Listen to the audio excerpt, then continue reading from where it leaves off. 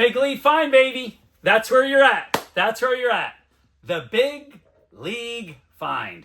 Timmy here. What's going on? Guys, today we're going after one of my favorite players of all time. The Man of Steel. Rickey Henderson. Let's get after it, man. Everything sort of, they broke it down into my favorite era, which is the 80s, the early 80s, whether it be his rookie, 81, 82, 83, 84, 85, 86, and then everything after that. So here's actually something really cool. We're not even going to start on the 80s side. We're going to start on this. Check this out. Do you guys remember these? That's awesome. That's the 1985 extra large card. Oh, I love that. And then look at this.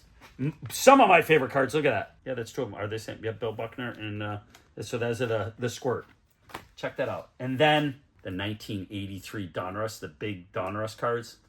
Loved this card. Loved it. Also, great autograph card for me. Okay, yep. So we got 1981 Donruss. Couple of those. And there's more. I don't know how many more there are. Here's an 81 Fleer. There's another 81 O-Peachy. Look at that. Look at that. M. Driftwood, right? That's right. You love the old O-Peachy. Here's a 1982. Yeah, that's a 1983 Diamond King. Here's some cool. Oh, here's the 1981 Stolen Base Leaders. This was before Rock, but check it out. That's Ron LaFleur, and that's Rickey. Rock and the Man of Steel. So you got the regular Rickey. Look at that. That's the 1982 regular Rickey. Then you've got, here's a bunch. Check it out. 7 most hits and most runs. But there's nothing like cracking a box and just finding 80s, because that was my era and I love it. Check this out. So here's a bunch of 1983 and then a couple of the regulars. There you go. There's a 1983. There's a 1982 Kellogg's, excuse me. I love Rickey Henderson. Here is a couple more. Here's couple of 85 Fleer. Check it out. There's 5 1982 Donruss. Okay? Check this out. These are all 1981 Donruss. One of my favorite sets of all time. Not just because it's Timmy Raines' rookie year set, but I love the card. Like, I actually genuinely love the card. I'll bet you there's 50 or 60 of them here, man. No doubt. Here is more. We're in the 81 era, guys. 81. These are all tops. Check it out.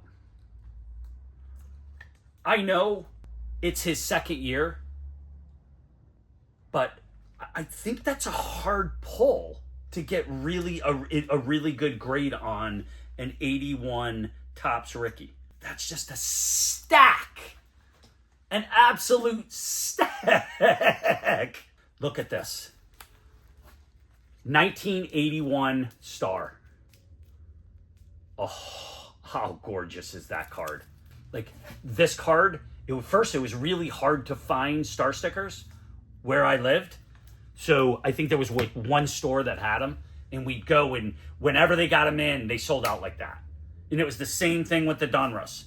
You could get the tops and the Fleer all over the place, like at all the corner markets, but it was Fleer and Donruss. It was the star sticker and the Donruss that were really, really hard to get. These are all, every single one of them is the 574 Rickey, 1981. Guys, look at that. Look at that stack. That's nuts. I'll bet you there is 80 to 100 Rickey Henderson 1981 cards in this stack. Okay. Yep. I knew it was coming. And here it is. A stack of Rickey rookies. Look at that. Holy cow. 18 Rickey rookies. Now, mind you, we have found other Rickey rookies in other places. Look at that. That's 18. 18! How cool is that? And there was maybe 2 Rickey rookies that were actually circulating around my friend group. And when I got one, I kept it. Like I still have the original Rickey rookie that I had as a kid. Here we go. Some more 80s. The 1984 Topps Rickey. There's 8 O-Peaches. 8 O-Peaches. Look at that. Oh, man. Here's a nice 1984 Donruss. Look at that. Now we're starting to venture off into other years. This is 1998, and it's when he was on the Angels. What you want to know what's crazy? Rickey played for so many teams that it's hard to remember all the teams he played on. Oh, I loved that. I bought like 2 or 3 boxes of those because they were cheap, and they were the minis, 1987 Topps Mini. My hopes is I'm looking for anything maybe on the newer side. Oh, there's I love those cards that turn back the clock. That's a 1987 turn back the clock, featuring an 82. Here we go. As we continue down this Henderson hallway, the Henderson hallway. Oh, look at that. 1983, a record breaker. Yeah, love it. Love it. There's a 1989. A lot of this is from the junk era, but I don't ever like to refer to it as the junk era because whatever era you collected in, it's your era, man. Whether there was a lot of cards produced or not a lot of cards produced, it doesn't matter. I guarantee you that if somebody who started collecting in 1988 or 1989 and collected until like 94. So I collected for about 6 or 7 years when I was a kid. Like hardcore collecting. And mine was fortunate that I was from 80 to really 87. I started in 79, but I wasn't a collector. 80s when I started collecting. And I couldn't afford a lot of stuff. But I bought packs when I could. I'd go down to Phase Drugs or Terry Road Market, and that's what I would do. I would buy. My point is, it doesn't matter what era you collected in. It's your era. Like, that's your era, man. That's what means the most to you. Like, those are the cards that basically had an impact on you when you were a kid. Share your comments below. Let me know what your thoughts are on that as well. I'd love to hear it. But here is a 1990 score, and I know it's crazy. There's a bunch of them, but look at that. I love that card. That's a sharp card. Love that card. The Ralston Purina card. That's a nice, and I had that set or whatever. Oh, check it out. That's a more modern card. That's a Prism. That's a nice card. What's that? 2013, I think. Oh, look at that. That's a nice card. I like that card. That's a 1998. But I like the card. I like, oh my God, look how strong he is, dude. He's tank. Look at that. He's a tank. No doubt. I hope you guys are having a blast. I do. It doesn't matter. I could look through this stuff all the time. That's weird. Look at that. So that's what it is. And then the back is that color. Right? That's pretty cool. I'm going to look that up. I want to check that out. No doubt. More specialty cards. Here's a Fleer Baseball Best. Rickey. A 1987 All-Star commemorative. I think he was on every All-Star commemorative card for as long as they did them. Look at that. That's 1986. Look at that. Love it. Anything? Oh, wow. Here you go. Check it out, guys. There's a protective film on it, but it's a 1996. And it is I wish I had better eyes, guys. I'm sorry. I really am. Anybody know what that is? Throw it at me. That's all. That's all we got.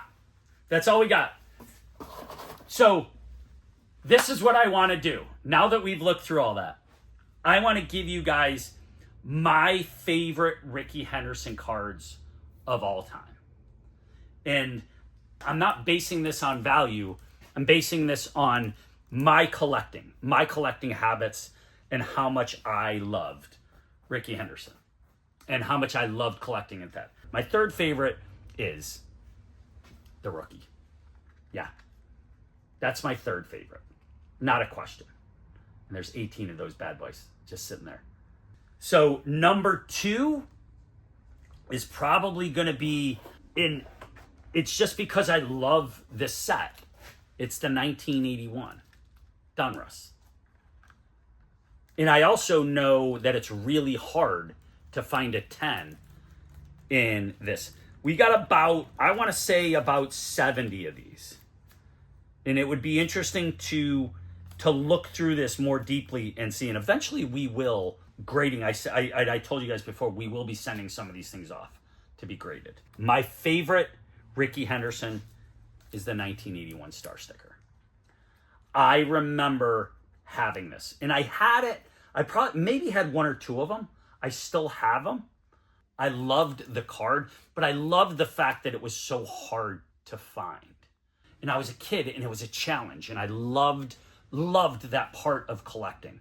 I loved the scavenging of like the scavenger hunt of literally having to go find the actual who sold them.